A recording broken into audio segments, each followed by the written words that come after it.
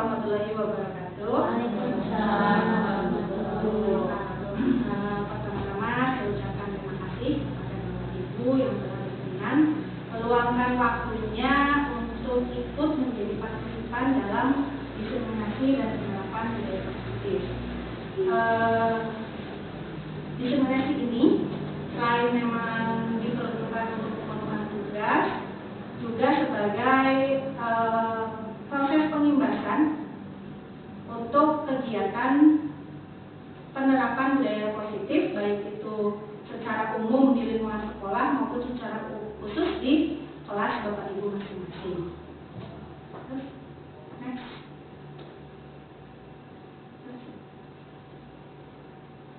Konsep inti budaya positif yang nantinya akan saya jelaskan itu nanti akan ada 8 poin.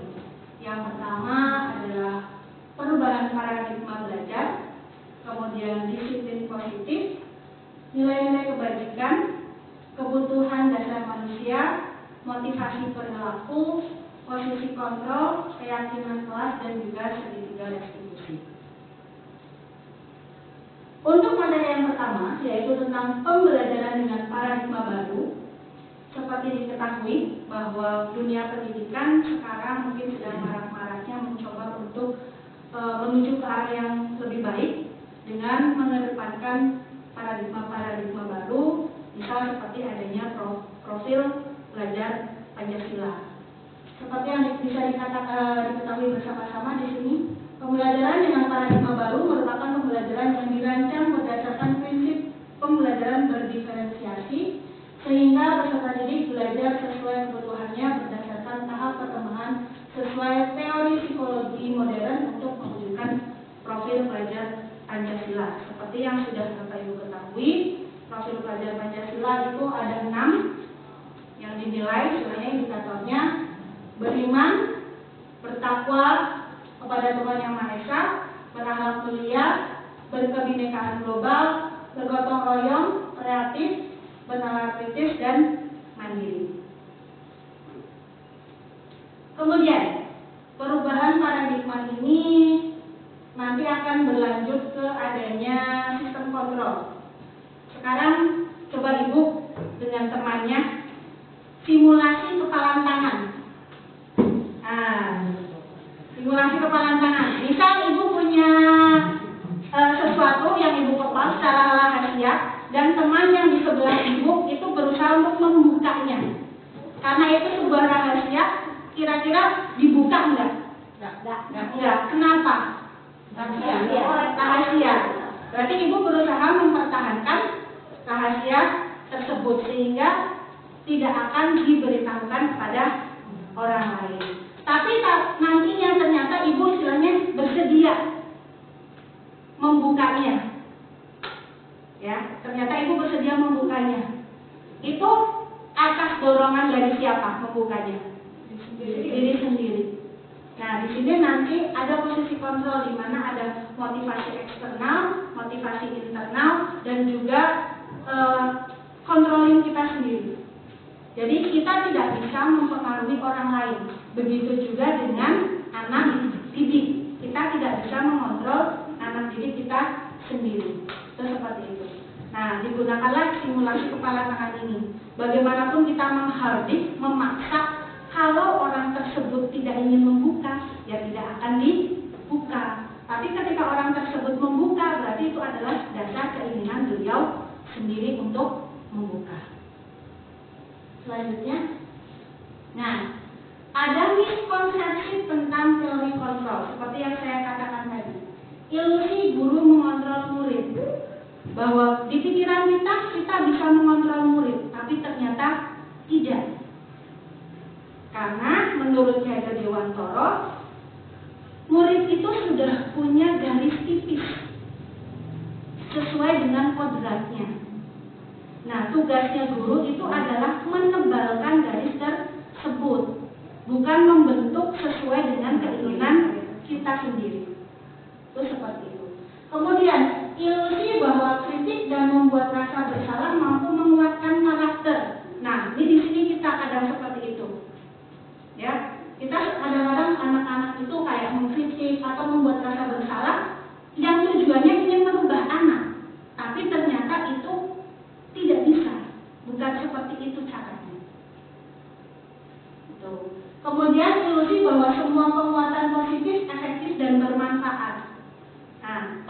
Kemudian reward, apalagi berbentuk barang. Kita niatnya ngasihnya positif ya kan?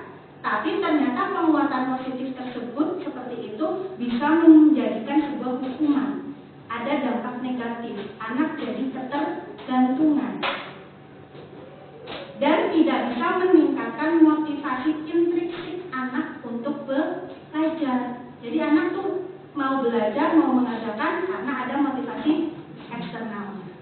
Ini di sini. Kemudian ilusi bahwa orang dewasa berhak memaksa. Nah, ini kaitannya kadang kita seperti itu anak-anak. Karena kita merasa sudah lebih dulu, lebih tua daripada anak-anak, lebih berpengalaman, sehingga kita kadang kayak memaksakan. Ya, seperti ini, dan memaksa mereka untuk berubah sesuai dengan kemauan kita. Nah, itu tidak bisa. Itu seperti itu. Next. Mengubah paradigma stimulus respon ke penegakan teori kontrol. Kalau stimulus respon, kita mencoba mengubah orang agar berpandangan sama dengan kita. Nah, kita biasanya mulai kayak gini, orang harusnya sesuai dengan pandangan kita. Kalau kita punya pikiran A, ya kita memaksakan orang lain untuk berpikiran A. Tapi dirubah dengan paradigma baru, menggunakan teori kontrol atau pilihan, menjadi kita berusaha memahami pandangan orang lain tentang dunia. Jadi sebelum, istilahnya kita jangan memaksakan, tapi kita tahu dulu maunya orang ini tuh seperti apa sih. Istilahnya jangan selalu minta kita yang dipahami, tapi kita juga bisa memahami orang lain.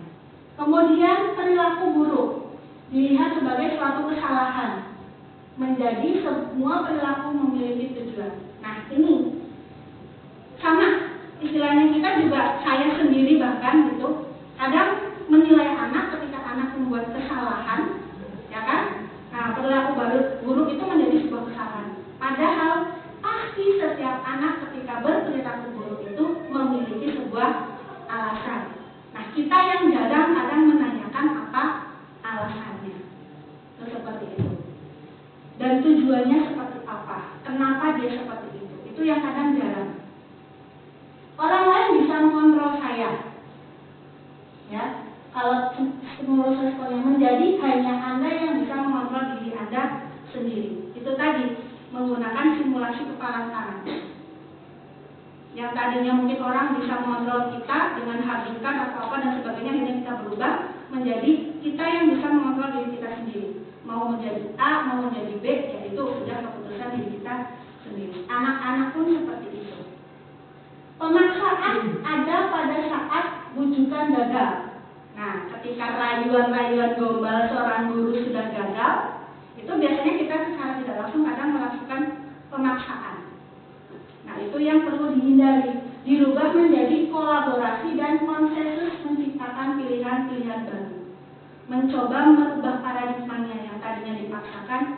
Kita minta anak-anak untuk, sok menurut kamu solusinya gimana? Ketika kamu melakukan seperti ini, solusinya bagaimana? Diberikan pilihan-pilihan. Kemudian dari yang model berpikir menang dan kalah menjadi model berpikir menang-menang. Model berpikir menang-kalah itu berarti ada yang menang, ada yang kalah. Yang benar dianggap menang dan yang salah dianggap kalah.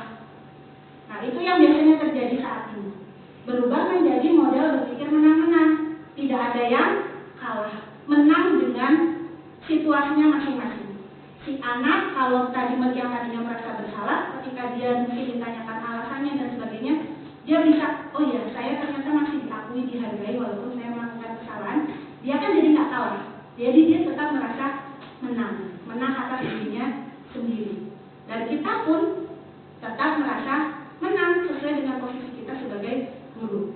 Karena kita ya secara tidak langsung berhasil. Oh, ternyata mengetahui permasalahan anak seperti ini, dan dia juga sudah mengetahui bagaimana solusinya. Berikutnya, nah, kemudian dengan materi disiplin positif. Dalam budaya kita, makna kata disiplin itu identik dengan kepatuhan. Pasti disiplin kaitannya dengan aturan. Anak tidak disiplin berarti tidak mematuhi aturan. Itu biasanya seperti itu. Nah, kita cenderung menghubungkan kata disiplin dengan ketidaknyamanan. pemberlakuan kedisiplinan itu berakibat biasanya tidak nyaman. Ada aturan membuat tidak nyaman. Misal, ke sekolah anak-anak harus berseragam rapi. Ada tuh yang nggak nyaman dengan seragam rapi. Kedisiplinan itu, nah itu seperti itu. Itu pengertian yang biasa kita pahami tentang disiplin. Kemudian merupakan salah satu pendekatan disiplin diri yang memampukan seseorang untuk mengontrol perilakunya dalam kesadaran dan bertanggung jawab atas tindakannya sebagai wujud menghormati diri sendiri dan orang lain. Nah, disiplin di sini yang diharapkan adalah seseorang itu punya kesadaran untuk mendisiplinkan dirinya sendiri, bukan atas dasar adanya aturan, tapi memang atas dasar kesadaran.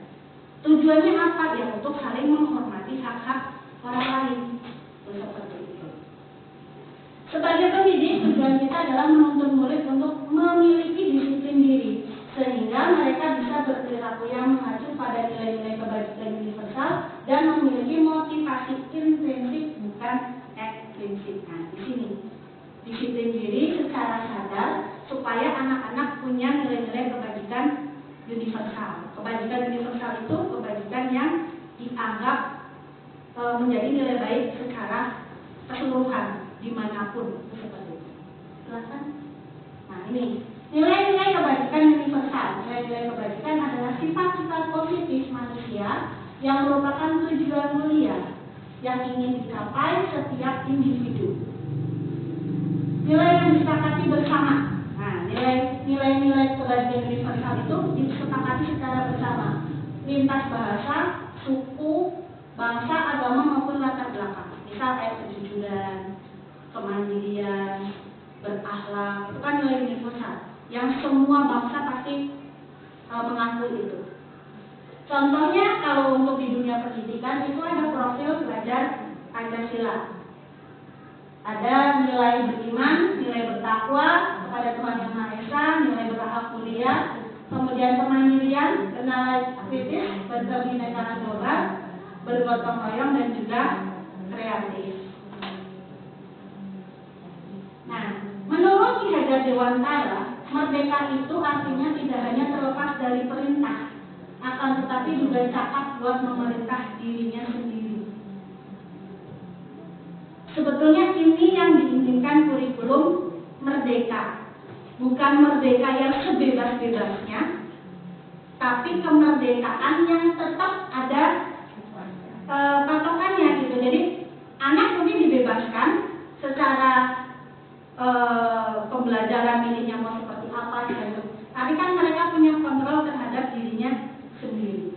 Nah, makanya di sini tidak hanya terlepas dari pemerintah, tapi cakap untuk memerintah dirinya sendiri. Sehingga yang namanya memerintah diri sendiri berarti memotivasi dirinya sendiri. Itu yang disebut dengan motivasi intrinsik.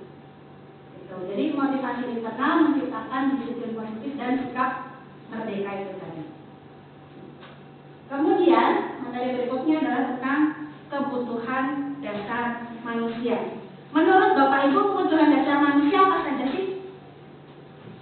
Kebutuhan dasar manusia: bersosialisasi, dihargai, apalagi?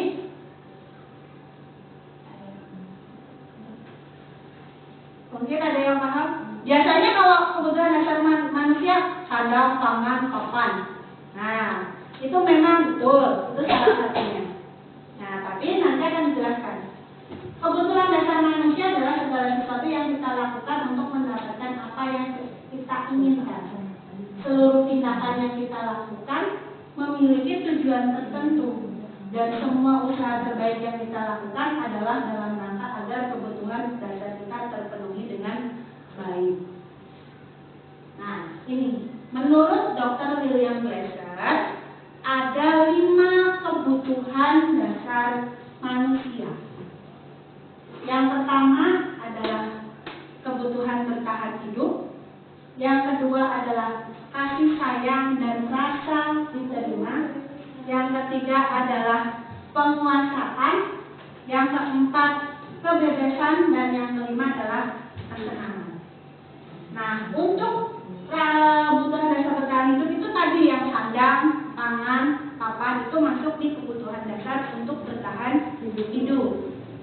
Kemudian tadi Bu Desi bilang dihargai. Nah, disayangi itu bisa masuk di rasa kasih sayang dan merasa diterima.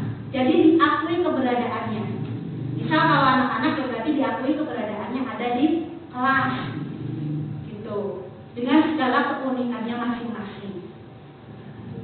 Penguasaan berarti kaitannya dengan power. Nah, berarti anak-anak atau ini kebutuhan dasar atas kalau sebagai seorang dianggap sebagai seorang pemimpin, minimalnya ya berarti pemimpin atas dirinya sendiri. Kemudian kebebasan. Nah, kebebasan, kebutuhan dasar kebebasan ya termasuk mungkin kayak kebebasan berbicara, kebebasan bertingkah laku, itu kan mengerjakan segala sesuatu yang sesuai dengan apa yang dia mau. Yang kelima yaitu kebutuhan dasar atas kesenangan. Nah, misal itu tadi ada yang humor, tertawa, bercanda, kemudian meluapkan perasaan, itu termasuk di kebutuhan dasar kesenangan. Nah, ketika seorang anak didik ternyata melakukan sebuah kesalahan, tindakan yang menurut kita tidak sesuai dengan aturan, itu pasti ada kebutuhan dasar yang tidak terpenuhi.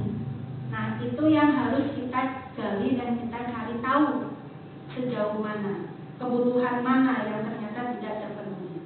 Itu seperti itu. Kemudian yang berikutnya adalah tentang teori kontrol. Diana Gosen dalam bukunya Restructuring School Discipline mengumumkan bahwa guru perlu meninjau kembali penerapan disiplin di dalam ruang-ruang kelas mereka selama ini. Apakah telah efektif, apakah berpusat, memerdekakan dan memandirikan murid, terus bagaimana dan mengapa. Kemudian Gosen juga berkesimpulan bahwa ada 5 posisi kontrol yang diterapkan seorang guru, orang tua ataupun atasan dalam melakukan kontrol. Kelima posisi kontrol tersebut adalah penghukum, pembuat rasa bersalah, teman, pemantau, dan manajer. Kira-kira Bapak Ibu guru di sini sudah menempatkan sebagai posisi yang mana dengan anak didik? Apakah penghukum? Apakah pembuat merasa bersalah? Apakah teman, pemantau, atau seorang manajer? Penghukum pernah. Pembuat rasa bersalah pernah. Teman pernah. Bersih, gitu ya. Nah, sekarang nanti kita akan bahas yang penghukum itu seperti apa. Mungkin itu menarik. Saya mungkin merasanya saya sudah menjadi teman, tapi ternyata itu masih pada posisi penghukum. Nah, terus ada lagi yang saya kayaknya udah jadi manajer, tapi ternyata masih menjadikan diri sebagai pembuat rasa bersalah. Nah, itu nanti kita akan bahas satu-satu. Penghukum, seorang penghukum bisa menggunakan hukuman fisik dan hukuman verbal. Nah, ini tipe-tipe Bapak Ibu guru yang sebagai penghukum, nah, masih menggunakan hukuman fisik ataupun hukuman verbal. Lari, keliling, push up, nulis, saya tidak akan mengulangi lagi, atau dan sebagainya, itu banyak. Verbal, berarti melalui dengan tutur kata kita. Hukumannya apa? Pembuat rasa bersalah. Pembuat rasa bersalah akan menggunakan kebeningan yang membuat orang lain merasa tidak nyaman, bersalah, atau rendah diri. Misal, bahasanya kan lebih halus kalau pembuat rasa bersalah. Biasanya kayak kamu tuh udah ngecewain ibu ya. Nah, kamu tahu nggak? Kamu tuh udah ngecewain ibu. Nah, itu kalau kelihatannya bahasa kita biasa aja ya, tapi ternyata itu masuk ke pembuat rasa bersalah.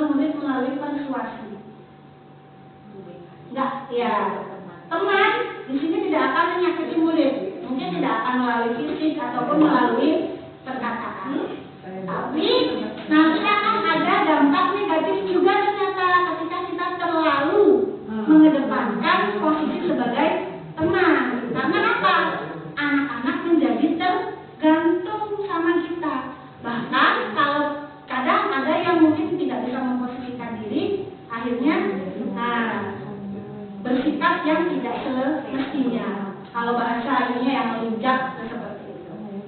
Kemudian pemantau. Posisi pemantau berdasarkan pada peraturan-peraturan dan konsekuensi. Nah, kalau posisi pemantau itu biasanya yang dibaca pertama itu adalah aturan. Tuh. Biasanya dibaca pertama itu aturan. Kamu tahu nggak aturan sekolah kita? Kamu udah terlambat 15 menit. Konsekuensinya apa? Nah, itu seperti itu. Itu kalau yang tim pemantau. Atau mungkin bisa juga dilihat-lihat kamu sudah 3 kali kegiatan tidak hadir. Nah, itu tim pemantau. Itu seperti itu.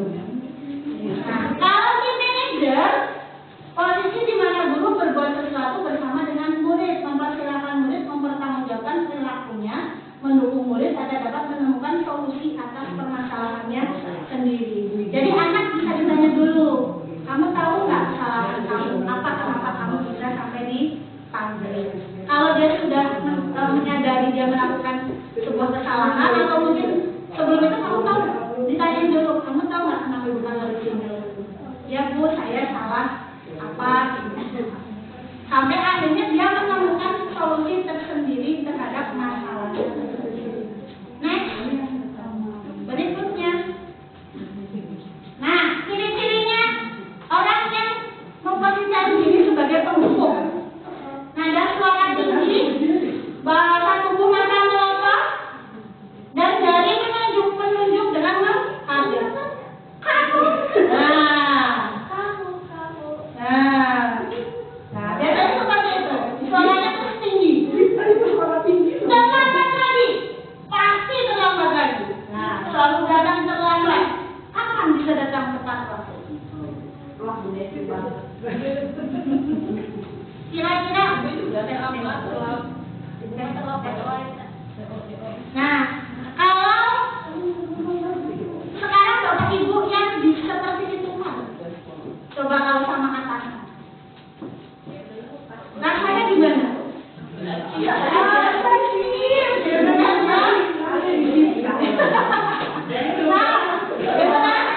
Coba sekarang yang berikutnya.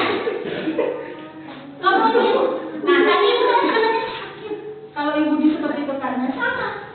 Murid juga punya kemungkinan itu marah dan dendam dan bisa bersifat agresif.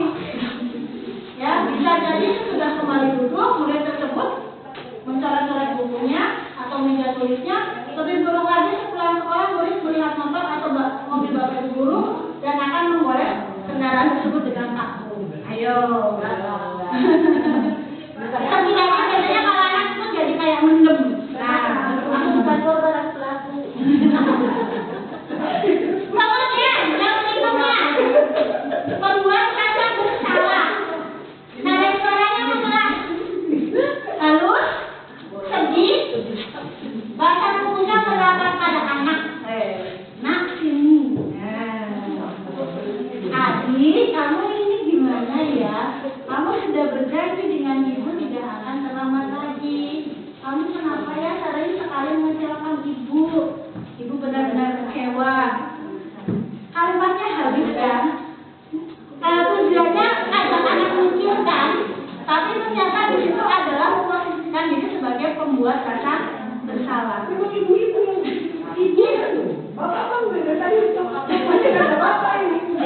ini berarti bisa dikatakan nanti anak itu jadi dong. Itu seperti itu. Coba next selanjutnya. Nah, murid akan merasa bersalah. Bersalah telah mengecewakan ibu bapak gurunya. Murid akan merasa menjadi orang gagal dan tidak sanggup membahagiakan orang lain. Oh ya, saya sudah mengecewakan bapak ibu guru saya, ya kan? Kadang-kala sikap seperti itu lebih berbahaya dari sikap penghukum karena emosi akan tertanam rapat di dalam murid menahan perasaan ini. Sifat-sifat yang kayak gini yang kelihatannya kita ngomongnya halus tetapi ternyata dalam kayak gitu masuk dan kita nggak tahu, kadang anak-anak mungkin ada yang menyimpan terlalu dalam, dibawa sampai dewasa. Nah, semakin kesini kan di medsos suka ada yang pada ini, wah dulu guru saya gimana. Nah, mungkin murid-murid kita bisa jadi kita yang tidak sadar atau gimana melakukan hal tersebut. Nah, ini nanti sebagai tahap refleksi bersama. Berikutnya, tenang. Nada suaranya ramah, akrab, dan bercanda. Bahasa tubuhnya merapat pada murid, mata dan senyum jenaka. Adik, ayolah, bagaimana sih kamu? Kemarin kamu udah janji ke Bapak bukan? Kamu terlambat lagi. Ya sudah, tidak apa-apa, dulu sana. Nanti Pak Guru bantu. Kamu ini, nah sambil senyum-senyum. Anak-anak seperti ini, biasanya kesannya kayak, ku Bapak etaman dari kumaha-kumahakan. Ya kan? Biasanya seperti itu. Bapak itu mah ada CS, Bapak itu mah ada baget, kayak gitu kan. Nah, di sini nanti anak jadi akan tergantung.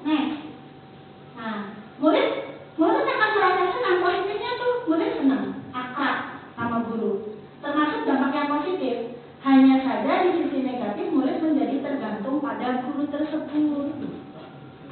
Bila ada masalah, dia merasa bisa mengandalkan guru tersebut untuk membantunya. Bisa. Seperti itu. Kemudian, posisi pemantau.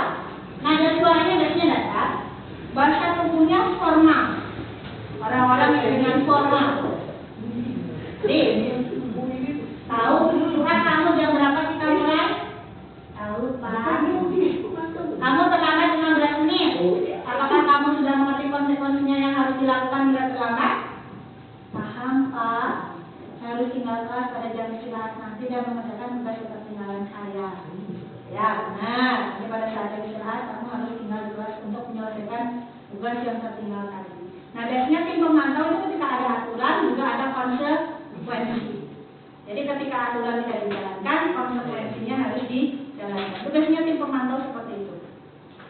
Kemudian, murid memahami konsekuensi yang harus dijalankan karena telah melanggar salah satu peraturan sekolah. Murid tetap dibuat tidak nyaman, yaitu dengan harus tinggal kelas, posisinya yang di sini, pada waktu jam istirahat dan mengerjakan tugasnya. Manajer. Manajer. Nada suaranya tulus, bahasa tubuhnya tidak kaku, mendekat ke murid.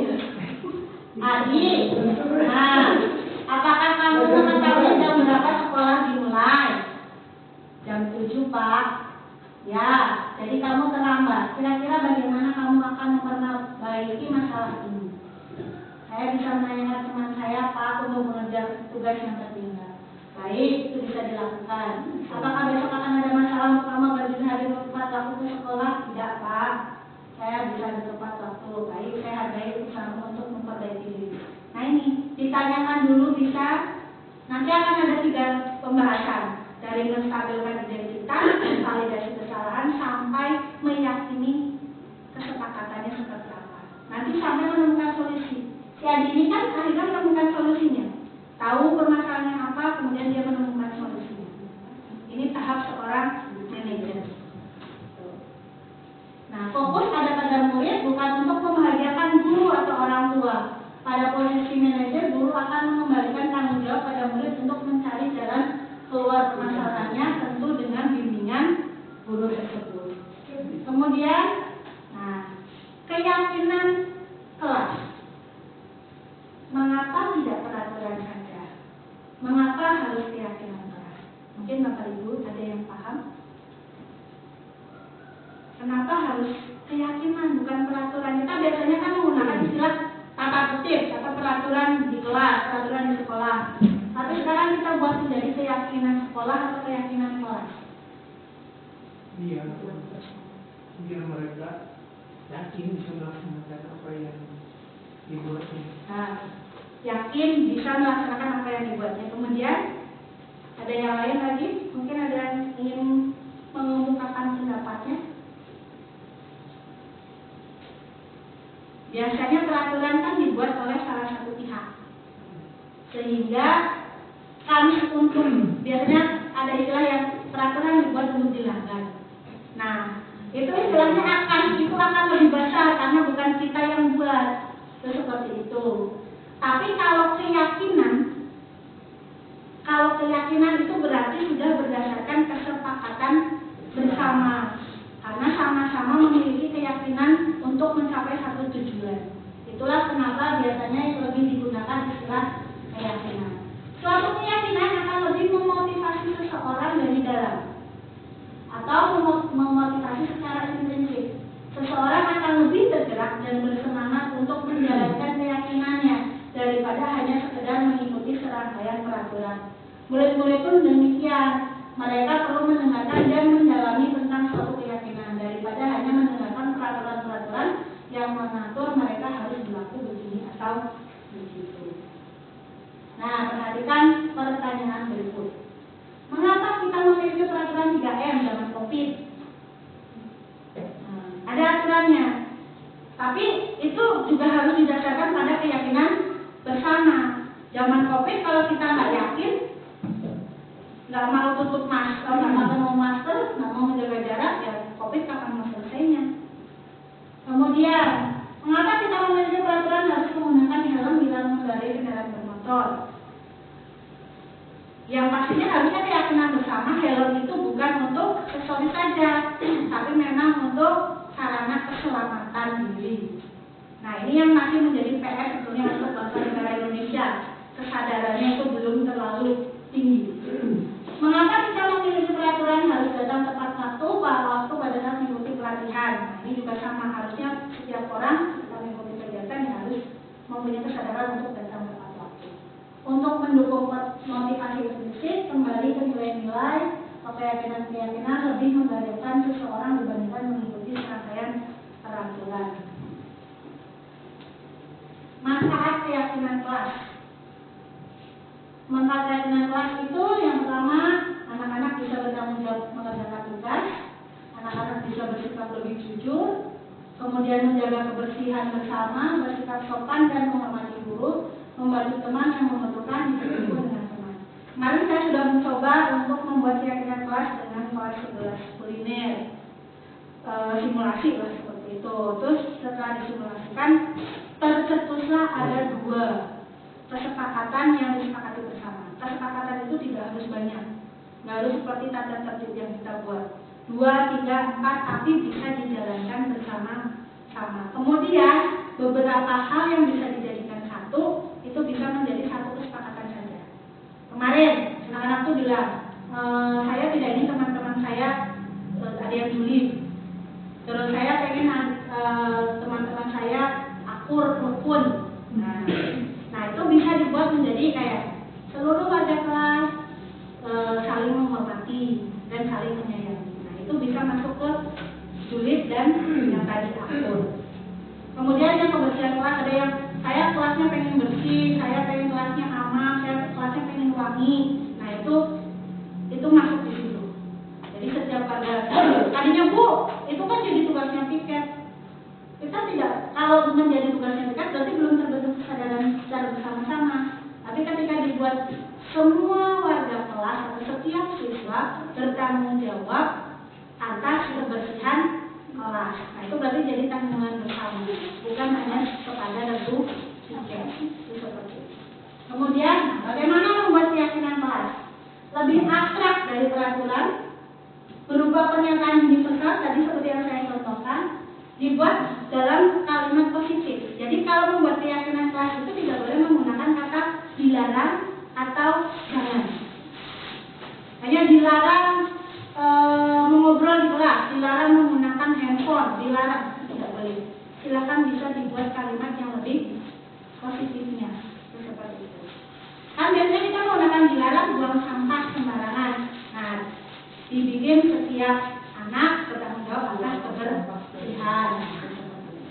Sedikit saja, tadi saya katakan gak usah banyak-banyak, sedikit saja, tapi mudah diingat. Nah, beberapa poin bisa dijadikan satu kalimat kesepakatan. Sesuai dengan kondisi kelas dan sekolah akan mudah diterapkan. Semua warga kelas atau sekolah dilibatkan saat membuat. Nah, ini yang diterapkan. Kemudian, tentukan keyakinan dari peraturan berikut. Biasanya, selalu kembalikan buku ke tempatnya. Bisa masuk ke tanggung jawab. Kalau setiap siswa bertanggung jawab, nah itu berarti dia akan melaksanakannya. Termasuk itu. Dilarang mengganggu orang lain. Nah ini masuk ke menghormati. diam di sekolah 15 menit sebelum pelajaran dimulai, dilarang melakukan kekerasan, sampai dengan jangan berlari di kelas atau koridor. Seperti itu. Next. Kemudian tentang segitiga restitusi.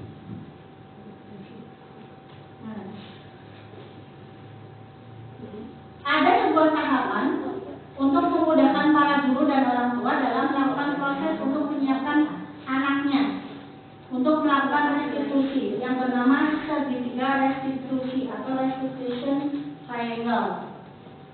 Sebuah cara menanamkan segitiga restitusi yang dari kata restitusinya itu bisa dikatakan restitusi adalah proses menciptakan kondisi bagi murid untuk memperbaiki kesalahan mereka sehingga mereka bisa kembali pada kelompok mereka dengan karakter yang lebih kuat.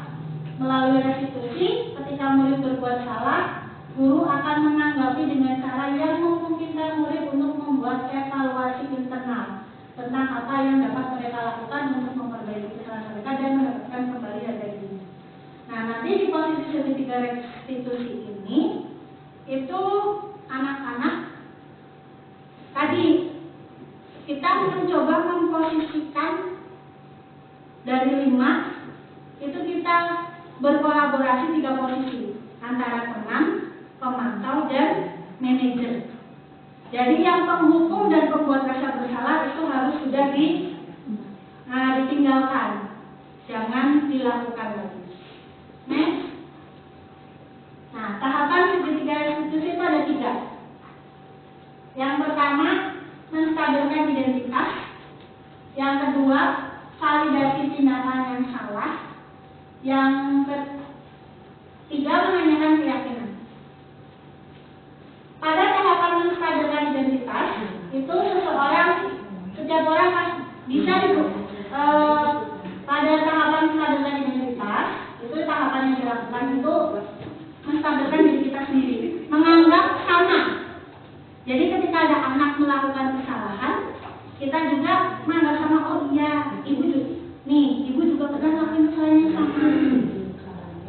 Atau bisa juga dengan kalimat yang kayak, manusia pun di dunia nggak ada yang sempurna, pasti pernah ada yang berbuat salah. Itu menstabilkan identitas.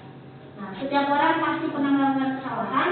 Kamu bukan satu-satunya yang pernah melakukan itu.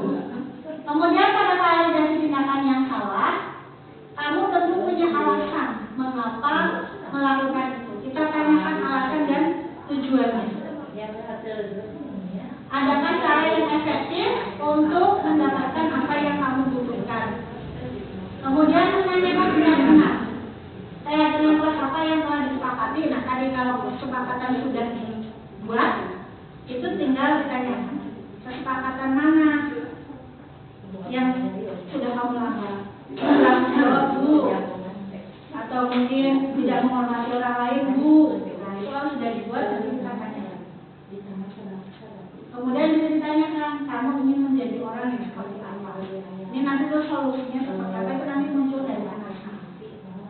Next. Nah, ini kalimat-kalimat yang biasa digunakan untuk menstabilkan identitas. Ini bukan kalimat baku ya. Nah, jadi Bapak Ibu bisa menambahkan sendiri. Monggo, ini contohnya. Berbuat salah itu tidak apa-apa, tidak ada manusia yang sempurna.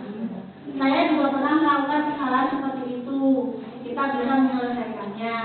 Bapak Ibu tidak tertarik mencari siapa yang salah, tapi Bapak Ibu ingin mencari solusi dari permasalahan ini. Kamu berhak merasa begitu.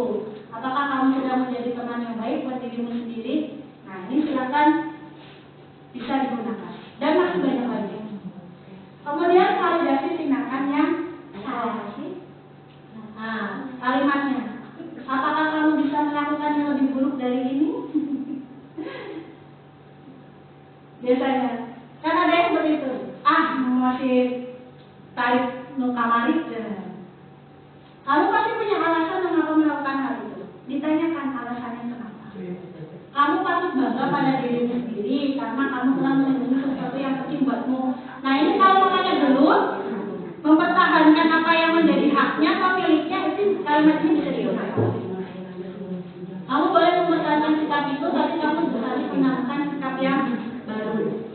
Nah, misal tadinya yang anaknya tuh niatnya baik, mempertahankan maunya dia, tapi ternyata kita harus menambah sikap baru, adanya tenggang rasa, empati dengan orang lain atau seperti itu. Kemudian menanyakan keyakinan apa yang kita percaya sebagai kelas atau keluarga. Nah, tindakan apa yang kemarin sudah menjadi kesepakatan bersama, itu ditanyakan untuk menanyakan keyakinan. Apa nilai-nilai umum yang telah kita sepakati? Apa bayangan kita tentang kelas yang ideal?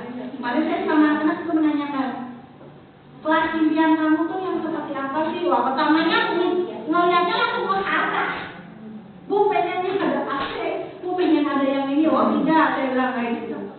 Ya, ini sekarang lebih yang bukan sarkas tapi yang non teknisnya. Terus kamu mau jadi orang yang seperti apa? Nah, demikian sudah selesai materinya.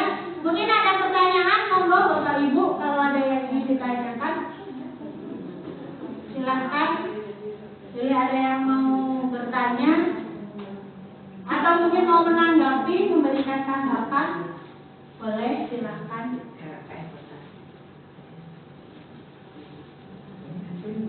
Apa? Silahkan. Tadinya yang mengenai reward bisa menjadi hukuman. Itu kalau reward bisa berdua.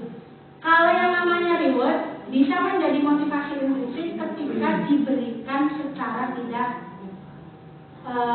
maksudnya kayak spontan. Jadi jangan dibuat nanti silakan jawab pertanyaan ini yang bisa dibuka hadiah. Itu motivasinya sudah bukan motivasi intrinsik. Jadi motivasinya pengen dapat hadiah. Tapi coba kalau kita langsung spontan, nah dia siapa yang mau jangan maju ke depan kayak gitu. Kan biasanya siapa maju. Nah ketika sudah ada yang maju berhasil menjawab terus kita kasihkan hadiah, entah itu bentuknya barang atau mungkin biasanya kalau anak yang TK itu ada yang dikasih bintang, lope-lope dan sebagainya. Nah itu juga sama. Itu seperti itu. Jadi ketika motivasinya sudah bukan untuk belajar tapi untuk mendapatkan sesuatu, itu motivasinya sudah berbeda. Itu seperti itu. Nah kemarin saya juga sudah uji coba untuk kegiatan pembuat keyakinan kelas. Nah, mungkin kalau tidak ada pertanyaan dari Bapak Ibu bisa saya akhiri. Terima kasih yang sudah berkenan. Semoga apa yang saya sampaikan bukan niatan saya untuk merasa lebih tahu ataupun menggurui Bapak Ibu, tapi ini betul-betul sesi sharing. Jadi biar sama-sama hayu bareng-bareng. Ini adalah salah satu istilahnya kalau di kelompok kami mengatakan bergerak bersama. Nah, kelompok bergerak bersama, jadi perubahan-perubahan sedikit gitu istilahnya, walaupun tipis-tipis gitu ya, tapi kita juga berubah ke arah yang lebih baik. Jadi nggak selalu menuntut tadi kita bukan yang mengontrol anak, jadi kita nggak harus selalu meminta anak yang berubah sesuai dengan kemauan kita. Mungkin kita juga melakukan kesalahan yang harusnya kita yang berubah. Itu seperti itu. Nah mungkin itu saja yang bisa saya sampaikan. Semoga bisa bermanfaat untuk Bapak Ibu, apalagi untuk penerapan di kelas. Terima kasih sekali lagi untuk kehadirannya. Billahi taufiq wal hidayah. Wassalamualaikum warahmatullahi wabarakatuh. Terima kasih. Silakan kita lanjutkan kegiatan berikutnya.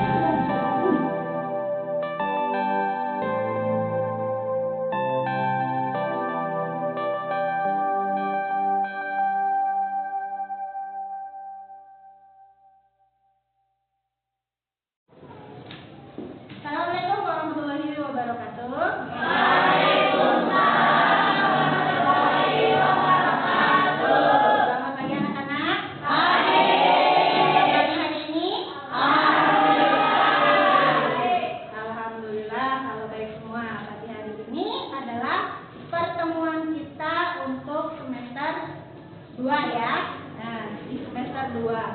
Sebelum memulai kegiatan pembelajaran, nah, pada pertemuan pertama kali ini akan Ibu gunakan untuk membuat kesepakatan kelas.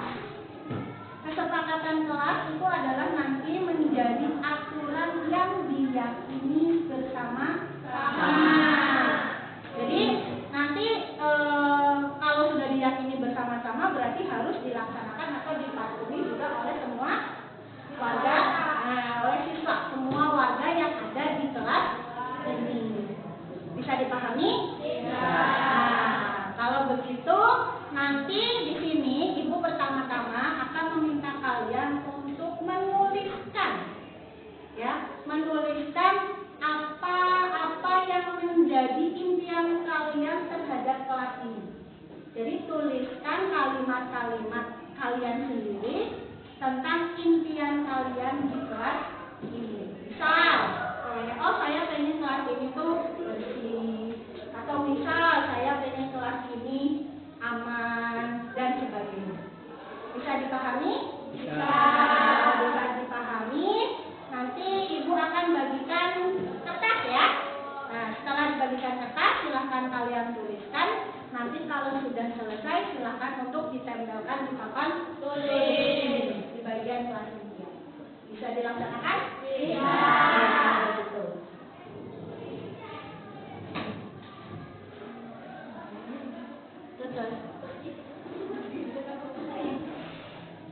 Silakan untuk dibagikan. Satu anak.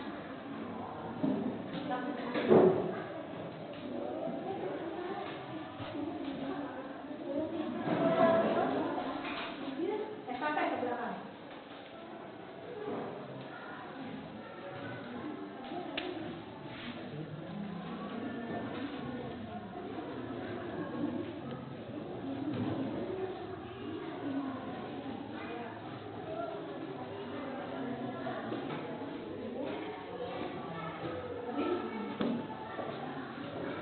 Ada pula? Sudah. Kalau sudah, silakan tuliskan.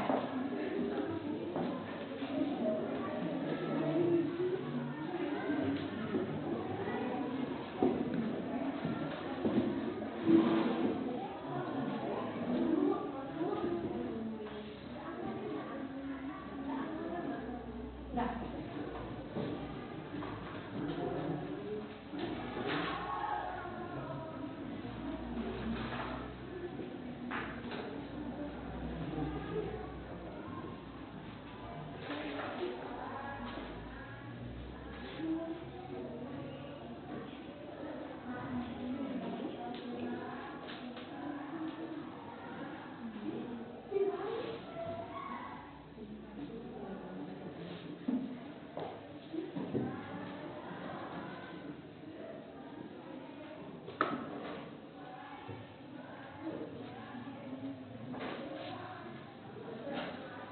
Baik, kalau sudah silakan untuk ditempelkan di papan tulis di bagian sini ya, di bagian kelas isian.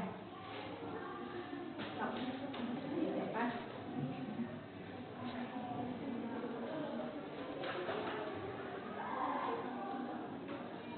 Silakan.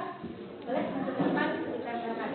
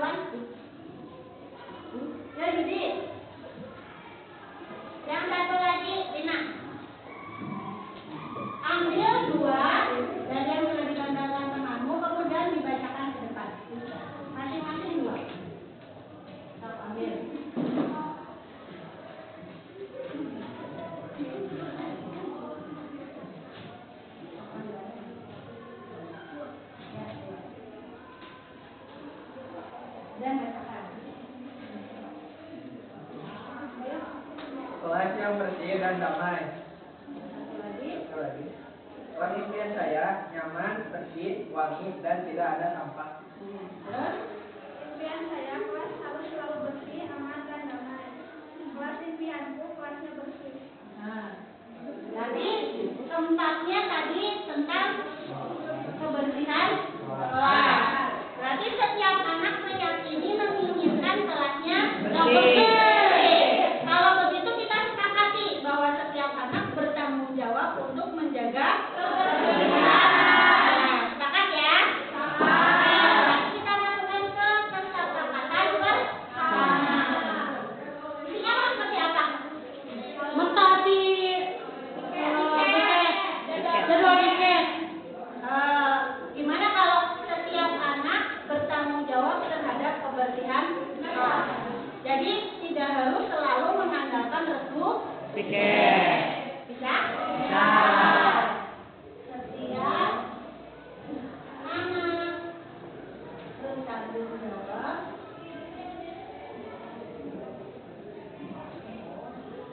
terhadap kebersihan. Kemudian saya lihat dulu.